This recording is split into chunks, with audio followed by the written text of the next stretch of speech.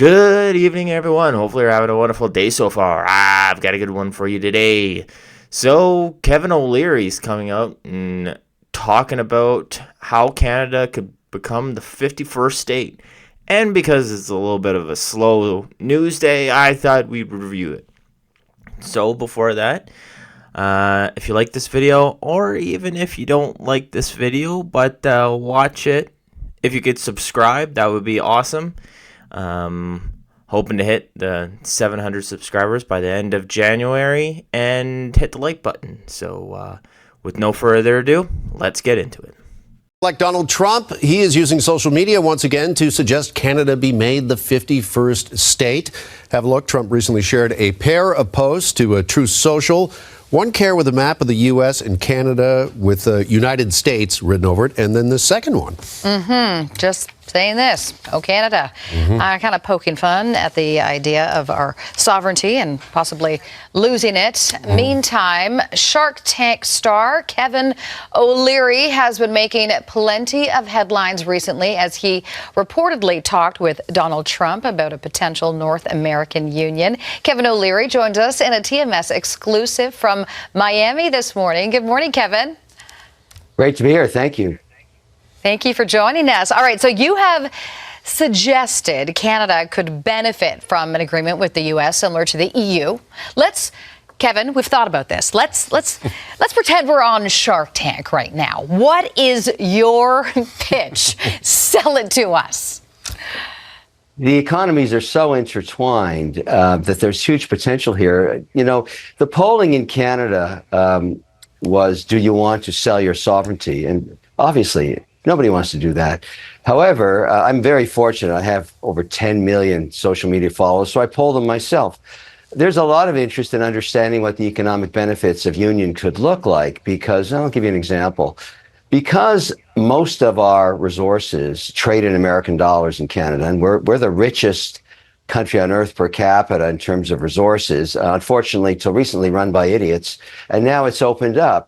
And so we have a potential to trade those in U.S. dollars. So why not just merge the currencies, give 2 seats on the Federal Reserve to the Bank of Canada, and every Canadian that I've talked to would gladly take American dollars in exchange for their Trudeau pesos, which is the reason Trudeau lost his job. He wiped out 41% of the net worth of every Canadian in his 9 years in a mandate. So he was a very poor manager. I think people understand that now.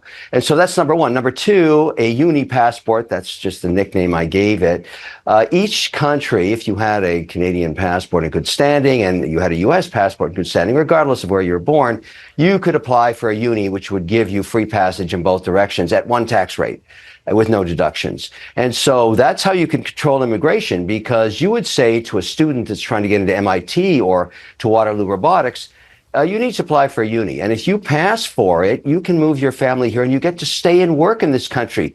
You know, I think about all the robotics students in Waterloo that we throw out of the country. What are we, idiots? I mean, that's so stupid. I've never seen anything like it. That would solve the problem. You'd control immigration with the uni, and so on and so on. There's just so many opportunities. Okay. Nobody said you have to sell your sovereignty, but many Canadians are interested in exploring the economic union. Now, Kevin, I'm sure. So, I'm not too sure about anything about the uni passport. So, I was kind of lost on what he was saying about how that's going to help with immigration and non-immigration. I think it does have something to do with helping with international students, but anyways, that's not here nor there. I do agree with him on the one currency thing, and to be completely honest, I think we probably would have done that way back if we weren't a Commonwealth country, because we have to have the current crown on the currency. And to be completely honest, he is right. We sell so many commodities. We're a commodity-based economy up here in Canada that we pretty much might as well buy and sell everything and change our currency to US dollars.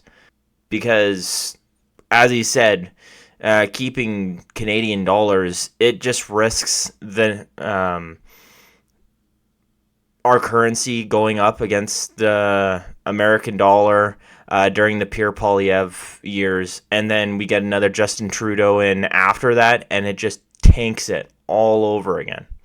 So it makes it awesome for the people in the United States because they get cheap things here in Canada because they get every one USD is equal to like 25 cents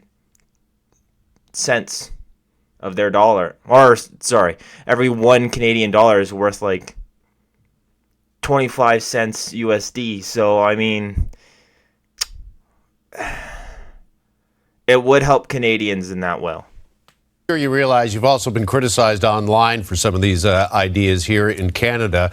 And if we were to share a currency and other things, maybe defense as well, is Canada maybe not in danger of losing some of its identity? No.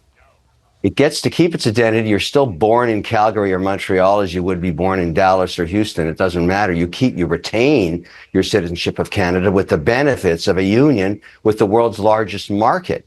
The other key to this, and this is very important, is you have to remove all tariffs, not just north-south, but east and west. You make wine in BC, you can't sell it in Ontario or Quebec. Vermont, we spend $5 billion subsidizing Quebec dairy products that we throw out. That's money coming out of Alberta that funds the waste in Quebec. That all has to go away. You have to be able to trade butter and eggs with Vermont, north and south. That actually makes a much more productive economy and a lot less waste. And I think most Canadians would appreciate that. The devil's in the detail. You've got to negotiate this. And one of the things I mentioned to Trump when I saw him last weekend was, give Canada a chance to elect its new leader. These meetings you had with Trudeau and his ministers were a complete waste of time. That was Saturday before Trudeau quit. So it was nascent that on Monday he would be gone. But now we need a few months, and the parliamentary system is swift in putting a new leader in place with a majority mandate, just like President Trump has. And then the negotiations can begin. And I'm hoping that didn't land on deaf ears. We'll see. But obviously, all the rhetoric going back and forth, the one voice of reason that I really appreciate is Danielle Smith out of Alberta. She is saying, look, we understand Trump is bombastic, and we're in a marriage with the United States, and sometimes married couples disagree. We're not dating, we're married. I find her very soothing to listen to. She's a very wise woman, and I think she'll be a rock star representation for Canada because, as you know, Trump wants to increase imports and build that pipeline back. She is the key to that. And that's why Danielle Smith in the UCP has somebody actually in Washington kind of promoting Alberta to them. So we are not just waiting on the federal government to do that themselves. So, but I mean, that's 100% true. Yeah, we're married to the United States, and to be completely honest, with all the faults of our nationalized healthcare, I would rather have this than the American style, and then just have to trust on insurance or insurance to cover me. Just because I remember in the Harper days, it used to work really, really, really well. I mean, we do need to tweak it, hopefully to make a more Swedish or Swiss style, just because of the influx of immigrants and the influx in people that we've let in. So, unfortunately, we have to change it. But I would like to keep that, and I think if we were to merge with the U.S., or if we were to become the 51st state, that would be hard to negotiate. Also says he wants to make us the 51st state, and he said that several times online and in press conferences, Kevin, as you know. Canadian leaders, they've spoken out against this idea. Justin Trudeau says, quote, there's a snowball's chance in hell of this happening. Pierre Poilievre has said Canada. Which, I just want to state this right here. Like, okay, we've been hearing a lot about the economics, the everything, the social structure of all of this 51st state stuff. Nobody talks about our healthcare here in Canada. Not one. I haven't heard any of these politicians, any of these businessmen, any of these mainstream media people. It's like we used to tout our healthcare as the best in the world. Now they don't even ask what might happen if we were to ever become a 51st U.S. state. It's weird. Will never be the 51st state, period. Now, you, of course, ran for the Conservative leadership back in 2017. Had you won, would you be willing to make Canada the 51st state and become a governor rather than be a prime minister? No, no one said we have to do that. You know what I've been telling people? When you understand how Trump works, we've been listening to him for 12 years. You have to distinguish between the noise and the signal. The noise is we're buying Canada and everybody's becoming an American and there's governors. No, no, no, no. The signal is let's explore an economic union. If you don't understand that, you don't understand Trump. And what I'm trying to point out to people is, look, and first of all, let's go back to the list. I don't give a damn what Trudeau says. Nobody cares anymore. He's gone. And that's very important for Canadian people. Very important. He was the worst manager in Canadian history and wiped out the net worth of almost every Canadian. 25% of our population lives in poverty now. That's specifically, and a lot of Canadians don't understand this, that's actually Gerald Butts. It has nothing to do with Trudeau.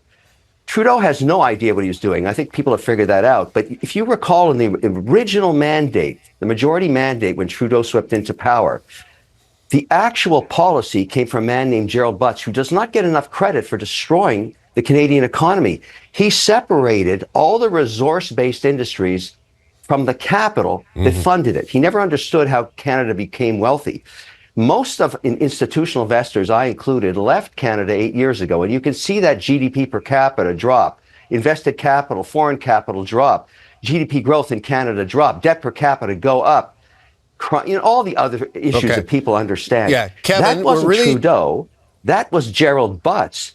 And so I'm trying to point that out because I heard a rumor a couple of days ago that Carney, who I just realized is a shapeshifter, because he's basically saying he wants to increase carbon taxes in Canada, is teaming up with Gerald Butts. Gerald Butts is the antichrist of Canada. People have to understand that, and I want to get him out of the shadows. To interrupt, but and let make me him ask famous. you, because we only got about 30 seconds. Whoa. Yeah. Hold on there. So Mark Carney wants to couple with Butts and pretty much bring in a worse carbon tax. You think Canada's in dire straits right now? Canada would be dead. It would be done. We would be bought by the United States because our dollar would be so low that we'd be like, well, I don't even know. We could buy you on pennies on the dollar, literally, because nobody would want to invest with us. It would be Trudeau 2.0. What's worse of an incompetent guy running the country is somebody who knows how the money system works but doesn't care and cares more about climate change. So he'd destroy the economy and keep all of his money while we all get poorer and call that being climate friendly.